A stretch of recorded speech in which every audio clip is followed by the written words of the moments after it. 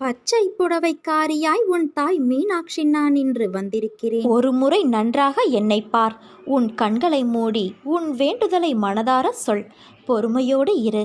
உன் கவலைகள் அனைத்தும் காணல் நீராகிவிடும். நான் எங்கும் இருக்கிறேன். நீரிலும் நிலத்திலும் காய்ந்து போன கொம்பிலும் மனிதர்களிடையேயும் வனத்திலும் இந்த தேசத்திலும் வெளி தேசங்களிலும் எங்கும் இருக்கின்றேன். நான் எந்த தேசத்தின் எல்லைகளுக்கும் முற்பட்டவள் அல்ல. ஒளியுடைய ஆகாயத்திலும் நான் வியாபித்து இருக்கிறேன்.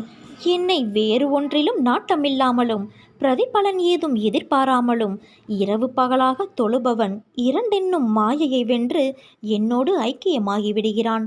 வெள்ளத்தை விட்டு இனிப்பு வெளியே சென்று விடலாம். கடல் அலைகளை பிரிந்து விடலாம். கண் கருமணியை பிரியலாம். ஆனால் என் கபடமற்ற விசுவாசமுள்ள பக்தன் என்னிடமிருந்து வேறுபடமாட்டான். என் தங்கமே, இன்பமயமான வாழ்க்கை இந்த நிமிடத்திலிருந்து ஆரம்பமாகிவிட்டது. உன் துன்பங்கள் முடிந்துவிட்டது. இனி உனக்கு எல்லாம் சுகமே. உன் இல்லத்தில் இருள் நீங்கி வெளிச்சம் வந்து விட்டது குழந்தையே. நீ படும் துயரமும் அனுபவிக்கின்ற மன இறுக்கமும் அழுகின்ற அழுகையும் என்னை பாடாய்படுத்துகிறது. இனி உன்னை நான் அதிகமாக நேசிக்கப் போகிறேன். இதுவரை உனக்கு நடந்த கெடு பலன்களையெல்லாம் நான் மாற்றி அமைக்கப் போகிறேன். அவசரப்பட்டு செய்யும் செயல்கள் எதுவும் அந்த இலக்கினை சென்று சேர்வது இல்லை. நடந்ததையே நினைத்து கொண்டு இருக்காமல் நடக்கப் போவதை பற்றி யோசி. முயற்சி என்பது ஒரு விதை போல. அதை நினைத்து விதைத்து கொண்டே இருக்க வேண்டும். அதில் சில விதைகள் வளரும், சில விதைகள் மண்ணுக்கு உரமாகிவிடும். இதுதான் உலக நியதி. நடக்கும் விஷயங்கள் எதுவும் நம் கையில் இல்லை என்றாலும் நாம் விடாமுயற்சி செய்து கொண்டே இருந்தோம் என்றால் நாம் கண்டிப்பாக சரியான இலக்கினை அடைய முடியும். அதை அடைவதற்கு அவர்களுடைய கடமையை செய்வது மட்டுமே பிரதிபலன். ஆனால் வேறு எந்த விதமான பிரதிபலனையும் எதிர்பார்க்காமல் செய்யும் கடமை கடவுளை நெருங்குவதற்கான ஒரே வழி பொறுமையும் நம்பிக்கையும் மட்டுமே. இந்த இரண்டும் இருந்தது என்றால் நம் வாழ்க்கையில் எல்லா இன்பமும் நம்மை தேடி வரும். பிரச்சனையை பார்த்து பயந்து ஓடாதே. அந்த இறைவனின் மேல் பாரத்தை போடு. வரும் பிரச்சனைகள் எல்லாம் வந்த வழியிலேயே போய்விடும்.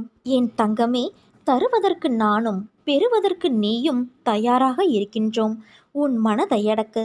அதை ஒருநிலைப்படுத்தி முழுவதுமாக என் மீது திருப்பு.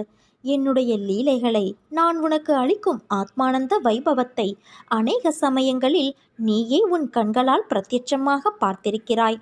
அப்படி இருக்கும்போது நீ எதற்காக கவலைப்படுகிறாய்? ஏற்ற காலத்தில் அனைத்தையும் நான் சரி செய்து விடுவேன். நீ எப்போதும் என்னை நினைத்து கொண்டு இருந்தால் கர்மங்களை அனுபவிக்கும் சக்தியை நான் உனக்கு கொடுப்பேன்.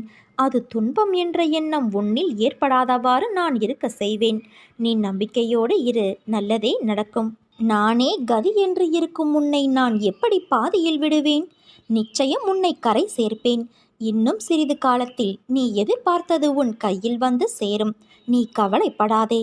கடல் அலை போல 1000 துன்பங்கள் எனக்கு வந்தாலும் என் அன்னை என்னை கரை சேர்ப்பார் என்ற நம்பிக்கையோடு நீ இருக்கிறாயல்லவா? உன்னை நான் எப்படி கைவிடுவேன்? அதற்காகத்தான் இந்த சங்கு பூவோடு உன்னை நான் காண்பதற்கு வந்திருக்கின்றேன். இந்த சங்கு பூவை தொட்டு உன் மனதில் உள்ள குறைகளை என்னிடம் சொல்.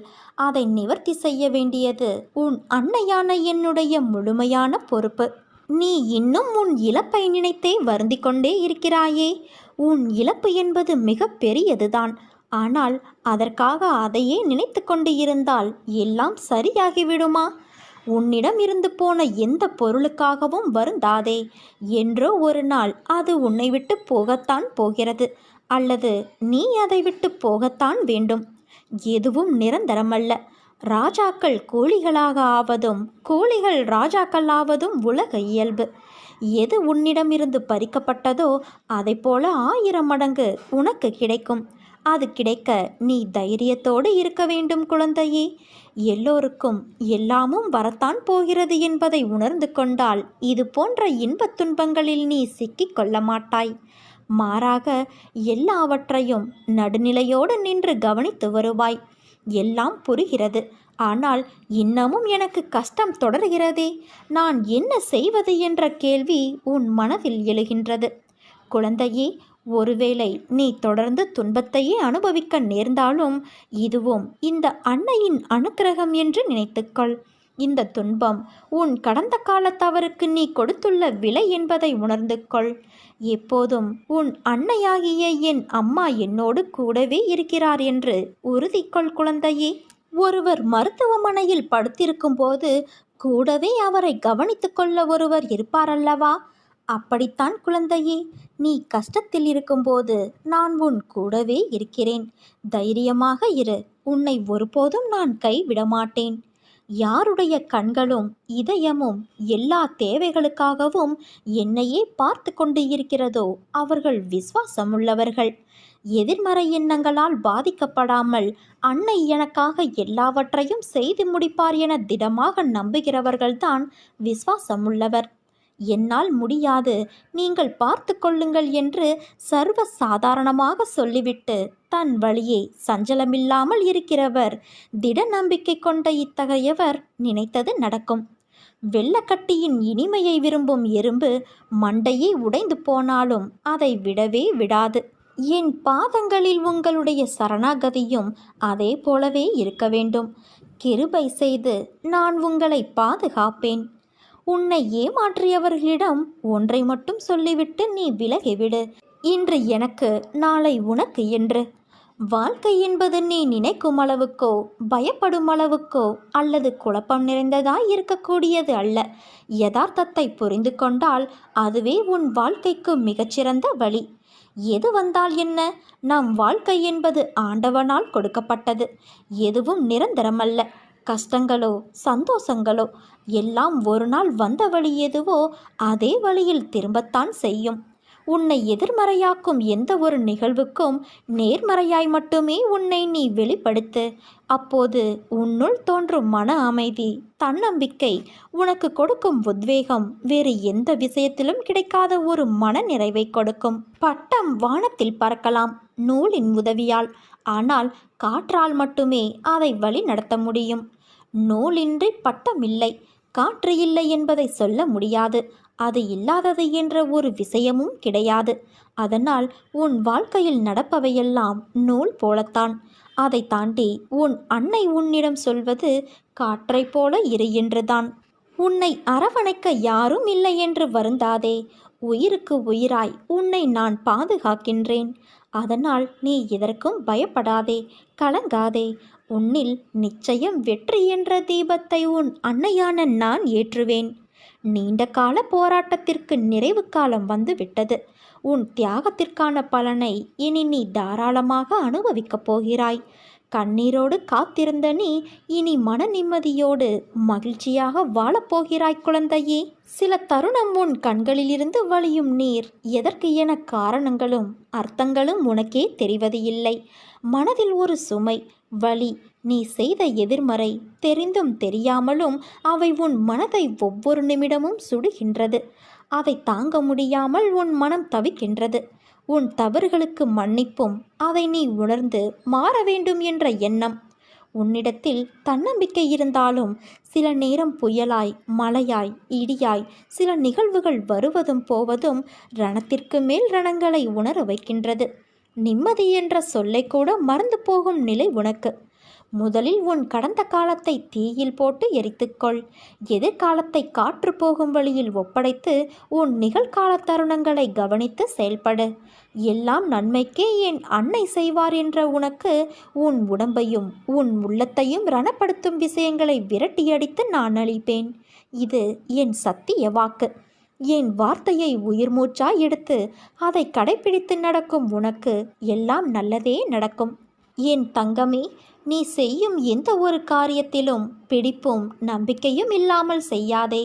நம்பிக்கையின்றி மனம் ஒப்பாமல் நீ செய்யும் செயல் எதுவானாலும் அது நிறைவேறுவது கடினம். தொடர் தோல்விகளாலும் ஏமாற்றங்களாலும் நீ எதையும் நம்ப மறுக்கின்றாய். அதற்காக நீ செய்யும் செயல்களையே நம்பாமல் செய்தால் எப்படி? என் பிள்ளைகளை என்றும் கவலைப்பட்டு கொண்டே இருக்க நான் விட்டு விடுவேனா? உன்னோடு உன் அன்னையான நான் இருக்கிறேன். நீ நம்பிக்கையோடு இரு. உன்னை நான் கைவிடவே மாட்டேன். நீ சந்தேகமோ கேள்வியோ இல்லாமல் நமக்கு எது சிறந்ததோ அது நிச்சயம் நம்மை வந்து சேரும் என்ற எண்ணத்தை வளர்த்து கொள்ள வேண்டும். உலக அனுபவங்களை எடுத்துப்பார். இந்த எண்ணம் உள்ளவர்களே வாழ்க்கையில் வெற்றி பெற்று இருப்பார்கள். அதைத்தான் உன் அன்னையான நான் உன்னையும் பின்பற்ற சொல்கிறேன். நீ உன்னுடைய துன்பமான காலங்களை கூட புன்னகையோடும் தளராத நம்பிக்கையோடும் எதிர்கொண்டு பார். உன்னுடைய தடைகள் அனைத்தும் வெற்றிப்படிகளாக மாறும். அதை பின்பற்றுவது சிறிது கடினமான ஒன்றுதான். ஆனால் அதை முயன்று பார். உன் துயரங்கள் அனைத்தும் காணாமல் போகும். என்னை மீறி இங்கு எதுவும் நடக்காது என் குழந்தையே. உன் நிழலாக என்றும் உனக்காக உன் அன்னையான நான் இருக்கிறேன். என் வார்த்தைகள் மீது நம்பிக்கை வைத்து செயல்படு. சகல சௌபாக்கியங்களும் பெற்று நீ சீரும் சிறப்புமாய் வாழ்வாய். என்ன செய்வது? சில நேரங்களில் சில காயங்களால் தான் உன்னை நேர்த்திப்படுத்த முடியும். தவறு இல்லை, ஏற்றுக்கொள். உன்னை பலப்படுத்தி பக்குவமாக்கி போலி முகத்திரையை அடையாளம் காட்டிடத்தான் இந்த வலியும் வேதனையும். நான் உன்னோடு எப்போதும் எங்கும் இருப்பேன். நீ பயத்தை விடு. நீ என்னை சார்ந்தவன், என்னை மட்டுமே சார்ந்தவன். ஒவ்வொரு அடியிலும் நான் உன்னை கவனித்து கொள்ள வேண்டியிருக்கிறது. உனக்கு என்ன நேரும் என்பதை நான் மட்டுமே அறிவேன். உன்னை கரையேற்றும் பொறுப்பை நான் தான் வகிக்க வேண்டும்.